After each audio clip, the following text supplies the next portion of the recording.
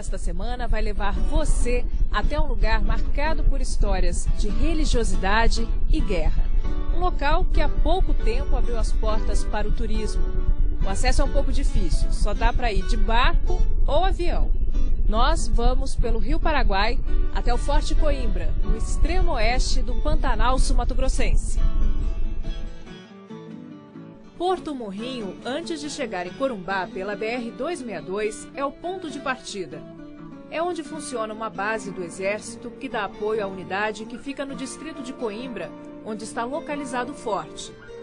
Por isso, essa é uma viagem que precisa de autorização prévia. O Cabo Arruda é o piloteiro da voadeira. Assim, chegaremos mais rápido ao nosso destino.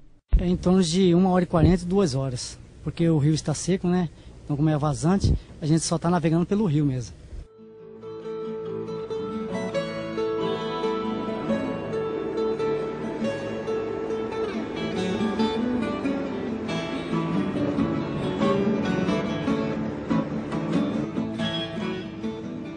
O que nos espera pela frente ainda é motivo de muita expectativa. Enquanto isso, aproveitamos para identificar algumas construções importantes pelo caminho, como a ponte ferroviária sobre o Rio Paraguai. Fica no Porto Esperança. Hoje funciona apenas para o escoamento de cargas. À medida que nos aproximamos, avistamos uma morraria. Lembra o lugar onde o forte deveria ter sido construído, no fecho dos morros, em Porto Murtinho.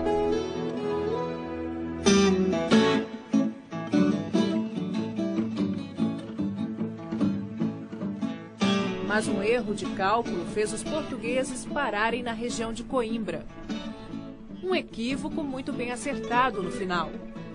Neste ponto, o forte ficava mais protegido dos ataques dos inimigos e com possibilidades de ajuda mais rápida de outras bases portuguesas ao redor. A história neste lugar preservado pelo Exército Brasileiro começa no século XVIII. O Forte Coimbra foi fundado em 13 de setembro de 1775, mas só 22 anos depois foi construído em argamassa, graças aos conhecimentos do comandante Ricardo Franco, que era tenente-coronel e engenheiro geógrafo. Foi ele um dos personagens mais importantes aqui e que hoje dá nome ao museu dentro do forte. Ricardo Franco veio para cá em 1797 com a missão de construir a fortificação em alvenaria e pedra, porque até então ela era de madeira, né? De troncos de carandá, que é uma árvore típica, uma palmeira típica da região. E ele foi que construiu, na verdade, essa grande estrutura que é o forte hoje de alvenaria.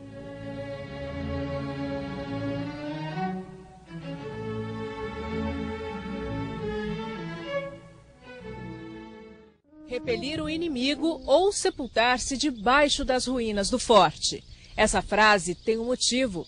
Por trás do clima de tranquilidade que encontramos aqui, há uma história marcada por guerras. O forte ele sofreu 2 grandes ataques. O primeiro, em 1801, uma esquadra espanhola, comandada por Dom Lázaro da Ribeira, que era o governador de Assunção, né, no Paraguai, e ele chegou aqui com 800 homens contra 109 do forte. No 8º dia de conflito, os espanhóis já não tinham mais munição e nem comida para alimentar os seus soldados e foram obrigados, face aos tiros dos canhões de Ricardo Franco, a retornarem para Assunção, já com 2 embarcações avariadas.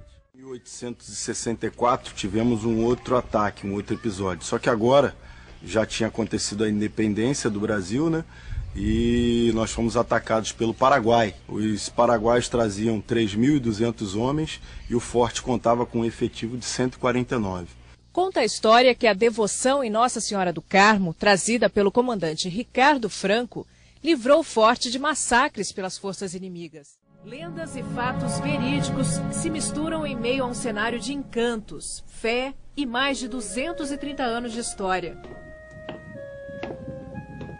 Um passado ainda muito bem revivido pelos militares que moram nesta unidade. Pelas muralhas do forte, eles surgem, vestidos como se estivessem na época do Brasil colônia. Apostos em lugares estratégicos, vigiam para não serem surpreendidos pelos inimigos. A guarda histórica faz a nossa imaginação viajar no tempo e pensar que a qualquer momento um ataque inesperado pode acontecer.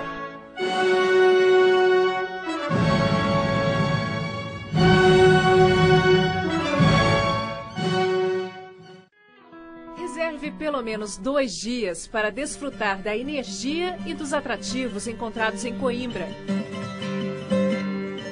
O lugar tem luz, água, telefone público, hotel de trânsito bastante confortável. Cerca de 600 pessoas, entre militares e civis, moram aqui. O nosso passeio agora segue de caminhonete. Nós vamos até o Mirante, que é um dos pontos turísticos do Forte Coimbra, de onde pode-se ter uma vista geral do Pantanal.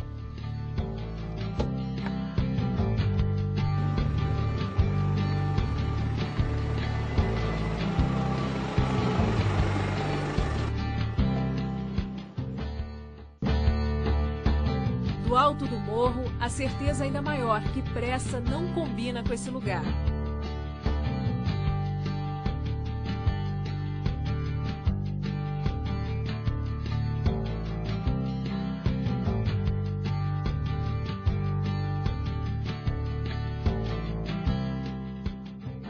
Vamos conhecer agora um outro atrativo aqui de Coimbra, que é a Gruta Ricardo Franco. O Sargento Pacheco vai passar para a gente algumas instruções. O que a gente precisa saber antes de conhecer? Primeiro, né, que a gente vai subir praticamente aí uns 100 metros, né, mais ou menos. E quando nós chegarmos até lá, vai ter um gerador que vai estar ligado já. A gruta, descoberta na mesma época da fundação do forte, tem um acesso ainda rústico, com iluminação à base de gerador. Causos contados pelo Cabo Albano deixam a visita ainda mais interessante. Tem a história do padre que, por curiosidade, tentou atravessar.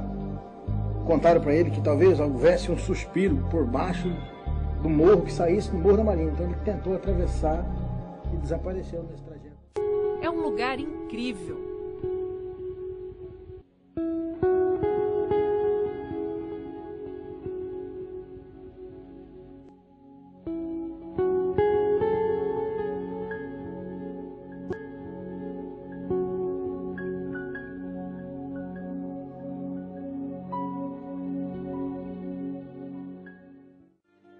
O Pantanal, tão rico em belezas e que foi palco de disputas territoriais, guarda hoje um cenário de riqueza histórica. Privilégio para quem visita e orgulho para quem faz do patriotismo um modo de vida.